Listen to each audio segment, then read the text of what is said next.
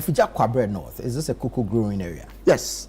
Yes, it is. It is. So you have a lot of interest in the cocoa sector. Absolutely. And all that is happening.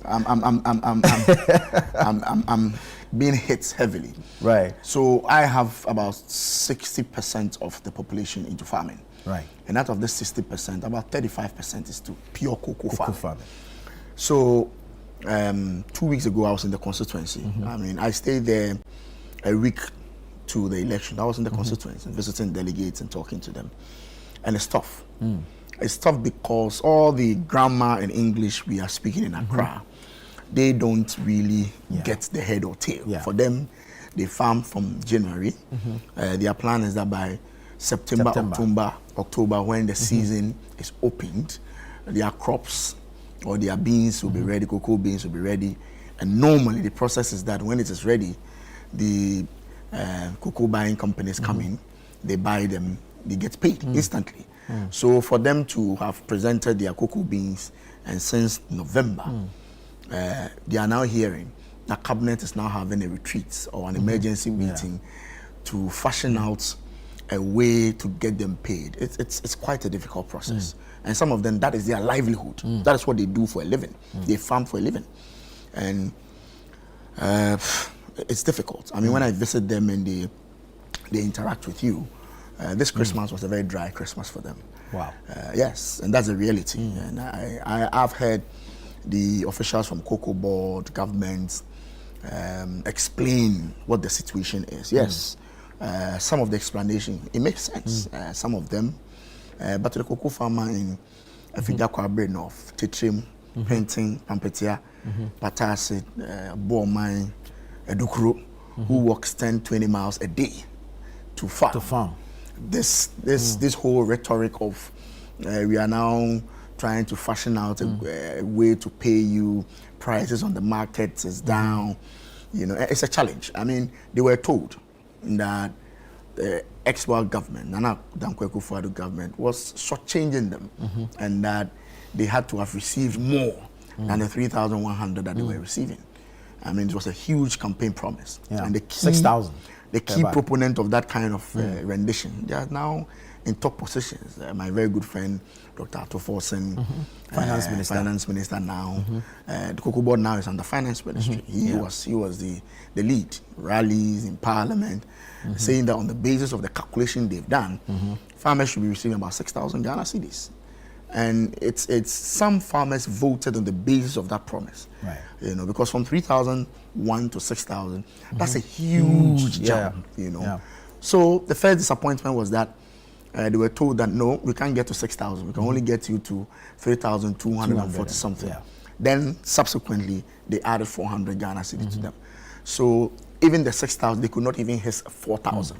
They were hovering around 3,645 or so, and they quietly took that pain, you know, that disappointment, only for them to be told once again that even the 3,645, we can't get money to even give to you. That is even a double agony for them. And I think I'm happy government has finally gone to a very emergency cabinet meeting. We are being told that the finance minister will be rolling out some measures today through a press conference. So we are waiting to listen and hear what the finance minister will say. And as I go to my constituency this weekend, based on what the finance minister will say, I'll go back and inform them that this is what the finance minister is saying, and then I'll see their reaction. But for them, bottom line is that by now they expect that they be paid for the work they've done.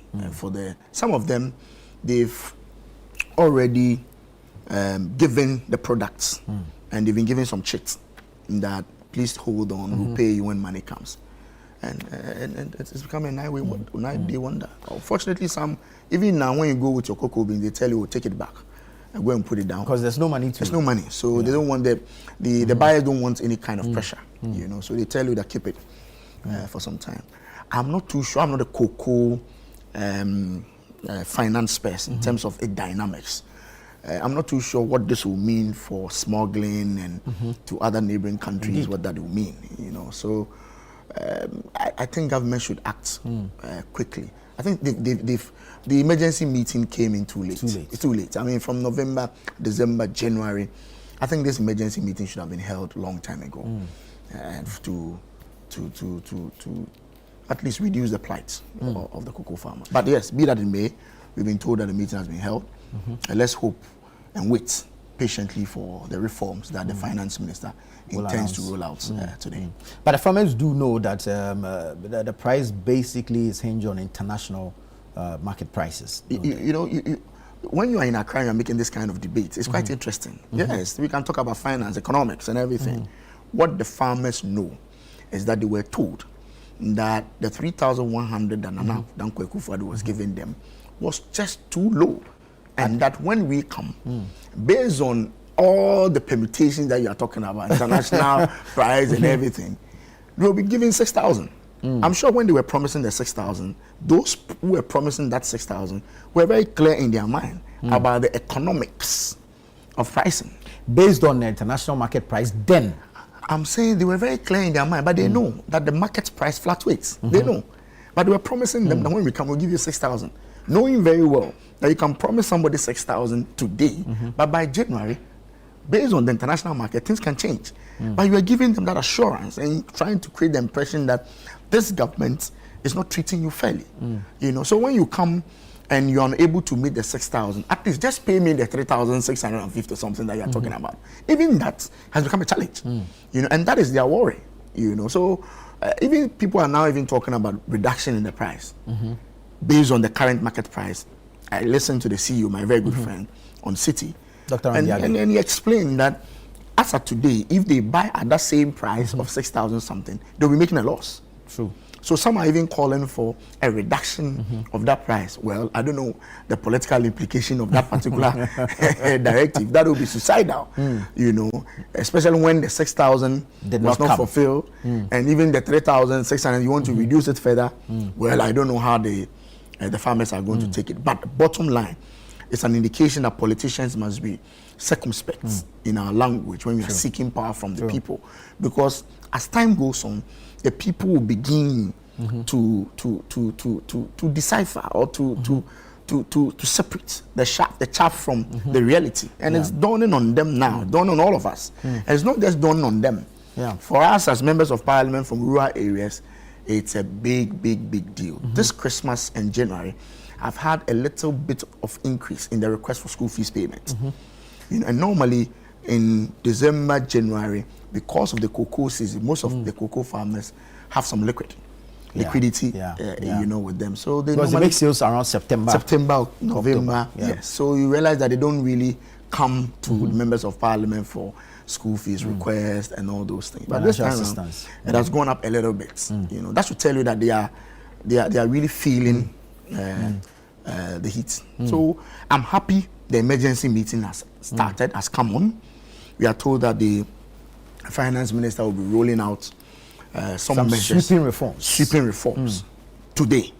I think we will keep an eye on that and hope that the reforms will bring some respite to the ordinary cocoa farmer in my constituency.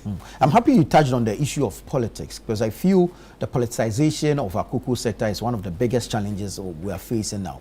Are we able to decouple the two, take away the politics, and be able to communicate the actuals, the reality to the cocoa farmers, so they understand the situations, the debt currently sitting at COCOBOD, if you like, the impact of our current forex on the revenues of COCOBOD, and how it impacts the buying and selling of cocoa beans, especially from the farmers. So at what point do you want us to start this discussion? I think it's better late than never. Oh, it's a good discussion. I like the way you are trying to change. Because we need to change that narrative. The politicization of our economy is killing us. Oh, so now you don't want me to